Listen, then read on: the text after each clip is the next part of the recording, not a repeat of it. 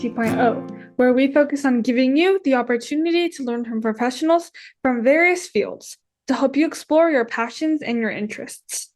Hi, my name is Elaine, and today I will be interviewing Dr. Crescitelli, who specializes in implementing deep neural networks on edge devices. Today, I will ask a series of interesting questions about Dr. Crescitelli's work for her to answer. This video will showcase the highlights of this conversation. But if you are interested in listening to the full interview, feel free to tune into our Spotify using the link in the description. Now, without further ado, let's get started. Okay, so it's really nice to meet you, Ms. Crescitelli. Yes, nice to meet you as well. Yeah, and welcome to our organization Academy 2.0. We're really excited to have you here, and we really thank you for taking time out today to be with us. Okay, so first of all, our first question is, please introduce your area of expertise and a fun fact about yourself.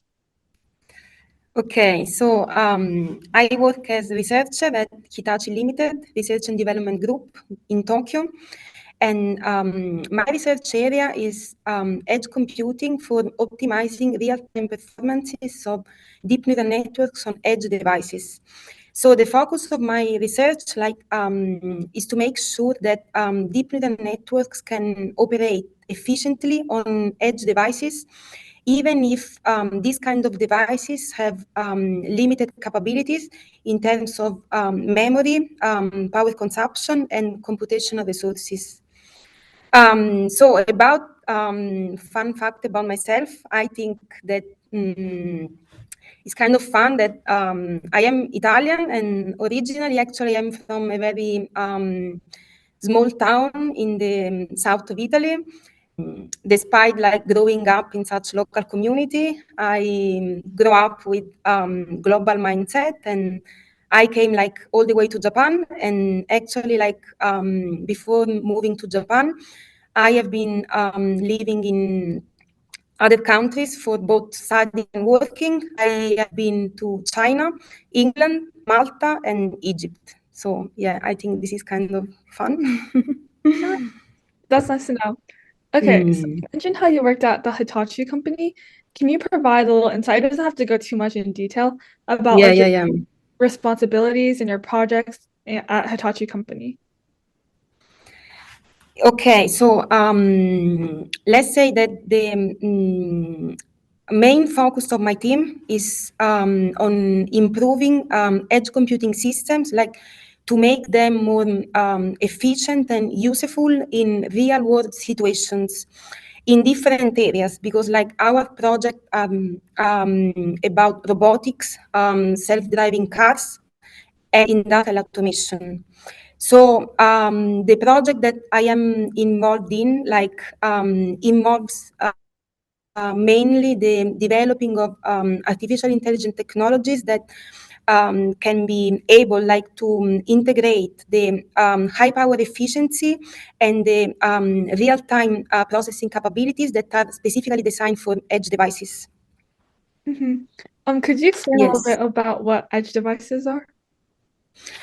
Okay, so let's say when we talk about edge computing, about bringing data storage, data processing, and data analytics close to the source of data generation and data consumption, that is called the edge of the network. So when we talk about edge computing, instead of sending raw data collected from sensors to centralized data centers, we are able to process the data where the data are generated. Well, I was wondering, why do you think your area of research in edge devices and deep neural network models is important and relevant in today's technological landscape? In this way, we have several advantages. One advantage is faster response time, because by being able to process the data close to the source of the data, we reduce the transmission delays. Another advantage is that we are able to increase data security, because we can have more control over sensitive data. Another point is that by processing and analyzing data at the edge of the network, we can achieve higher reliability and higher scalability. Also, the safety is improved because we enable quick decision making in situations that can be critical. And another point to consider is that we can achieve like cost saving because the network cost is reduced, like by adopting edge computing technologies.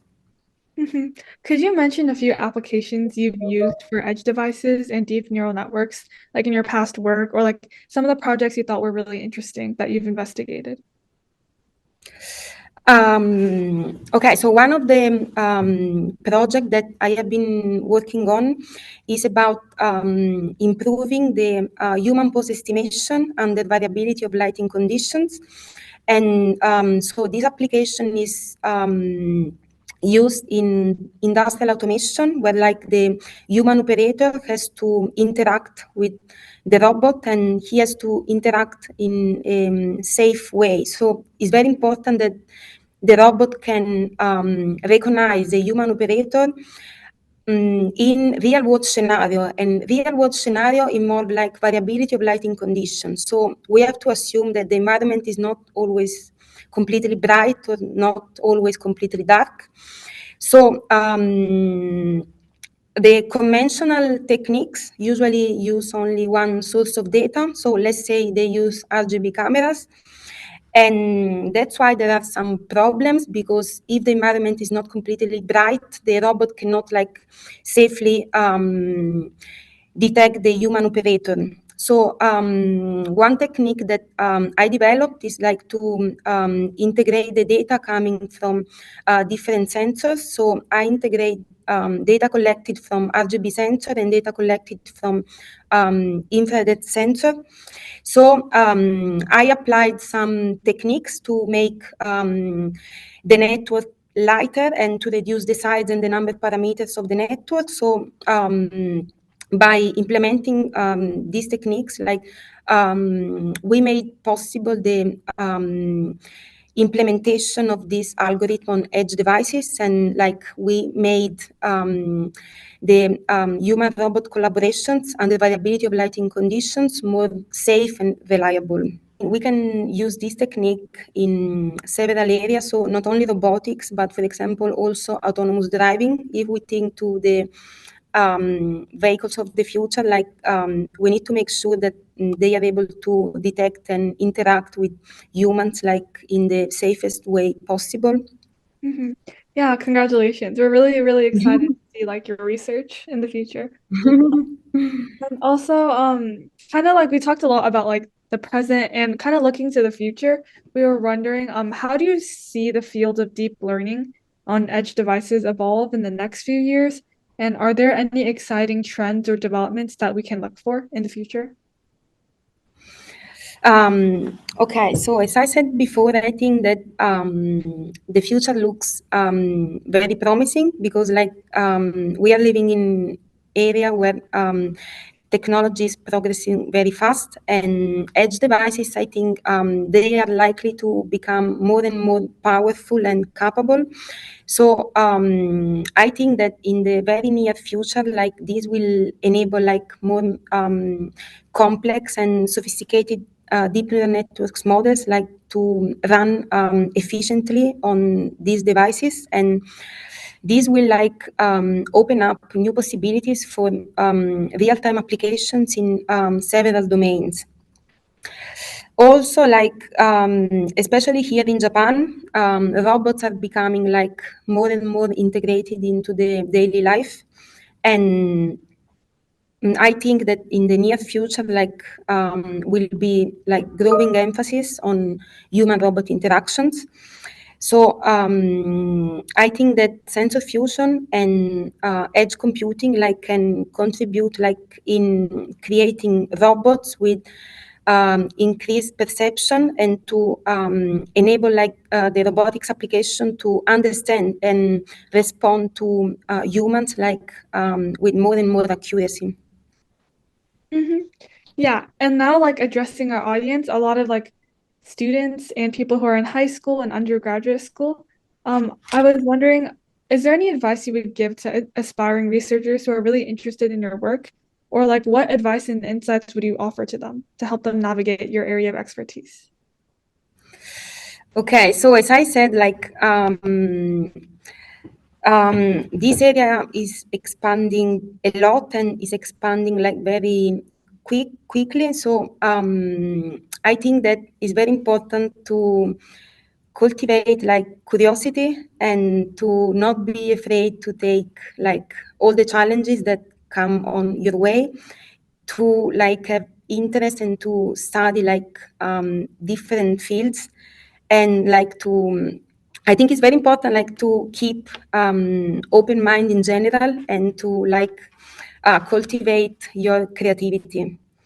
And yeah, from my point of view, I think like it's very important also to have a good mentor who is like very good in his subject, in his technical field, but someone who can also like help you to grow your potential and inspire you. I think like in my career, this was the one of the most important points.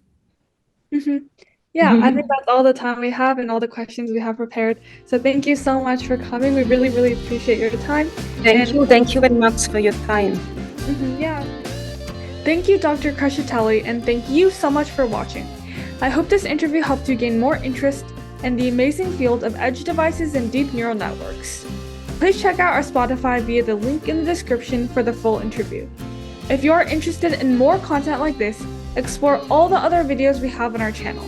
We hope to see you in our future videos as we explore other intriguing topics.